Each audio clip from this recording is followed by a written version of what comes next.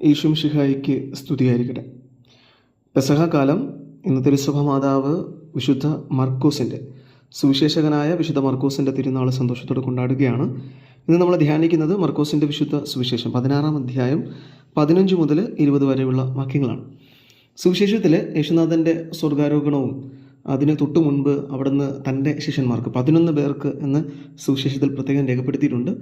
അവർക്ക് അവിടുന്ന് തൻ്റെ അവസാനത്തെ ഒരു കൽപ്പന നൽകുകയാണ്: നിങ്ങൾ ലോകമെങ്ങും പോയി ഈ എല്ലാ സൃഷ്ടികളോടും സുവിശേഷം പ്രസംഗിക്കുവാനെന്ന്.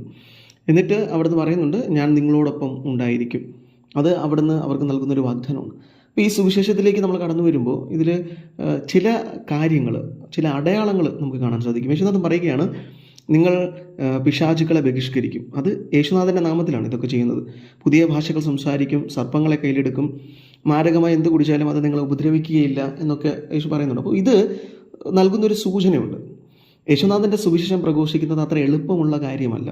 അവർ നേരിടാൻ പോകുന്ന വിപത്തുകളെക്കുറിച്ചാണ് യേശുനാഥനൊരു സൂചന നൽകുന്നത്. പക്ഷേ ഈ വിപത്തുകളെക്കുറിച്ച് നിങ്ങൾ പേടിക്കേണ്ട, കാരണം നിങ്ങളുടെ കൂടെ ഞാൻ ഉണ്ടാകും, യേശുനാഥൻ ഉണ്ടാകും. ഇതിൻ്റെ സുവിശേഷം അവസാനം നമുക്ക് നൽകുന്ന ഒരു സൂചനയുണ്ട്.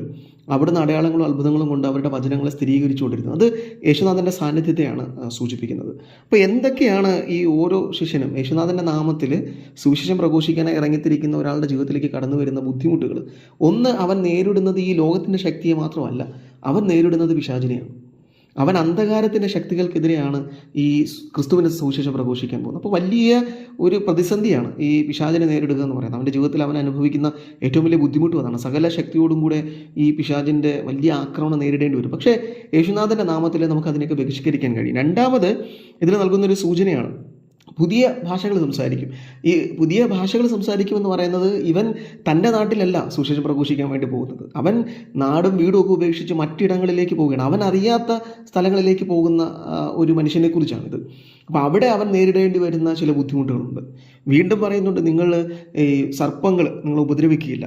അപ്പം ഈ സർപ്പം എന്നൊക്കെ പറയുന്നത് സുവിശേഷ വേലയ്ക്ക് വേണ്ടി പോകുമ്പോൾ നേരിടേണ്ടി വരുന്ന ദുരനുഭവങ്ങളെയാണ്. അത്ര എളുപ്പമുള്ള കാര്യമല്ല. സർപ്പം എന്ന് പറയുന്നത് അത് തിന്മയുടെ ഒരു പ്രതിനിധിയായിട്ടും നമ്മൾ സുവിശേഷത്തിൽ കാണുന്നുണ്ട്, വചനത്തിലും കാണുന്നുണ്ട്. അപ്പോൾ അങ്ങനെയുള്ള തിന്മകൾ ഒത്തിരിയധികം നേരിടേണ്ടി വരും. അവസാനം പറയുകയാണ്, മാരകമായി എന്ത് കുടിച്ചാലും നിങ്ങൾ ഉപദ്രവിക്കില്ല. ഇത് അവന് ലഭിക്കുന്ന ആഹാരത്തിൽ പോലും അവൻ്റെ ശത്രുക്കൾ അവനെ നേരിടുന്നതിന് വേണ്ടി അതിനെ ഉപയോഗിക്കുന്നു എന്നുള്ളൊരു സൂചനയാണ്. അപ്പോൾ മനുഷ്യരുടെയിൽ നിന്ന് നിനക്ക് എതിർപ്പുകൾ ഉണ്ടാവും. നീ പോകുന്ന വഴിയിൽ മൃഗങ്ങളായിക്കൊള്ളട്ടെ, അല്ലെങ്കിൽ പല രീതിയിലുള്ള കെണികൾ നിന്നെ കാത്തിരിപ്പുണ്ട്. പിശാച് സകല സന്നാഹങ്ങളും കൂടെ നിനക്കെതിരെയുണ്ട്. അപ്പോൾ ഇങ്ങനെയുള്ള എതിരുകളെ വകവയ്ക്കാതെ യേശുനാഥന് വേണ്ടി ജീവിക്കണമെന്നൊരു സൂചന കൂടിയാണ്. പക്ഷേ എന്നിട്ട് നീ ചെയ്യുന്നത് എന്താണ്? മറ്റു മനുഷ്യർക്ക് നന്മ മാത്രമാണ് നീ ചെയ്യുന്നത്. നീ തൊടുന്നവരൊക്കെ സൗഖ്യം പ്രാപിക്കും. നീ മറ്റു മനുഷ്യരോട് ക്രിസ്തുവിൻ്റെ സുവിശേഷം, അവർക്കുള്ള സദ്വാർത്ത നൽകുന്ന മനുഷ്യനായിരിക്കും. അപ്പോൾ നിന്നിൽ നിന്ന് പ്രതീക്ഷിക്കുന്നത് മുഴുവൻ നന്മയാണ് മനുഷ്യർക്ക്. പക്ഷേ നിനക്ക് ലഭിക്കാനിരിക്കുന്നത് കൊടിയ ബുദ്ധിമുട്ടുകളാണ്. പക്ഷേ ഇതിൽ നീ ഭയപ്പെടേണ്ട, കാരണം യേശുനാഥൻ നിന്റെ കൂടെയുണ്ട്. ഇതാണ് സുവിശേഷത്തിന് വേണ്ടി ഇറങ്ങിത്തിരിക്കുന്ന ഓരോ മനുഷ്യൻ്റെയും ജീവിതത്തിൽ അവൻ ആകെയുള്ള ബലം എന്ന് പറയുന്നത് യേശുനാഥൻ കൂടെയുണ്ട് എന്നുള്ളതാണ്. ഇപ്പോൾ മർക്കോസിലേക്ക് നമ്മൾ കടന്നു വരുമ്പോൾ യേശുനാഥന് വേണ്ടി ജീവൻ ബലി കഴിച്ച ഒരു രക്തസാക്ഷിയാണ് മർക്കോസ് അപ്പോസ്തലൻ എഴുതിയ സുവിശേഷമാണ് മർക്കോസിൻ്റെ സുവിശേഷം എന്ന് സഭ പാരമ്പര്യമായി വിശ്വസിക്കുന്നു. ഇദ്ദേഹം പത്രോസിൻ്റെ ഒരു സുഹൃത്തായിരുന്നു. പത്രോസിൻ്റെ യാത്രകളിൽ അനുഗമിച്ചിരുന്നു. പക്ഷേ ചില കാരണങ്ങൾ കൊണ്ട് അവർ തെറ്റിപ്പിരിയേണ്ടി വന്നു. അത് ഒരു സൂചന നൽകുന്നുണ്ട്. അതായത് ഈ മർക്കോസ് വളരെ ചെറിയൊരു പ്രായത്തിൽ ചെറിയ മനുഷ്യനായിരുന്നു, അവൻ ചെറുപ്പക്കാരനായിരുന്നു. അപ്പോൾ അതുകൊണ്ട് പൗലോസ് അപ്പോസ്തലനോടുള്ള യാത്രയിൽ അദ്ദേഹത്തിന് ഈ ഹോം സിക്ക്, വീട് വിട്ട് വന്നതിനുള്ള സങ്കടം തോന്നിയിട്ട് അദ്ദേഹം തിരിച്ച് വന്നു എന്നാണ്. അപ്പം അങ്ങനെ ഒരു ബുദ്ധിമുട്ട് പൗലോസ് അപ്പോസ്തലനും ഇദ്ദേഹത്തിന് തമ്മിലുണ്ട്. പിന്നീട് ഇദ്ദേഹം മർക്കോസ് അപ്പോസ്തലൻ പത്രോസ് ലീഹായുടെ ഒരു കൂട്ടാളിയായി മാറുകയും പത്രോസ് ലീഹായെ സഹായിക്കുകയും പിന്നീട് അദ്ദേഹം ഈ സുവിശേഷം എഴുതിയത് തന്നെ പത്രോസ് ലീഹ പറഞ്ഞത് കേട്ടിട്ടാണെന്നുള്ള ഒരു വിശ്വാസം കൂടെ നമുക്കുണ്ട്. അപ്പോൾ യേശുനാഥന് വേണ്ടി ബുദ്ധിമുട്ടുകൾ സഹിക്കേണ്ടി വന്നിട്ടും പിന്നീട് അതിനെ തരണം ചെയ്തുകൊണ്ട് രക്തസാക്ഷിയെ തീർന്ന മർക്കോസും നമുക്കൊരു സൂചനയാണ്.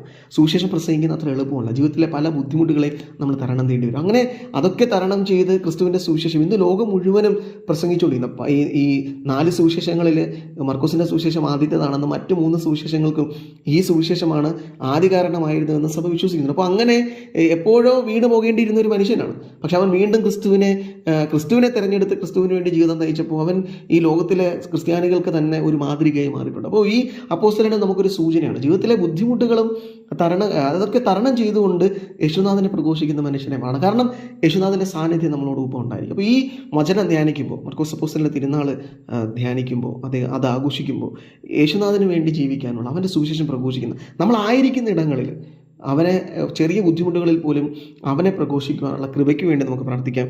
യേശുനാഥൻ അതിന് നമ്മെ സഹായിക്കട്ടെ. ആമേൻ.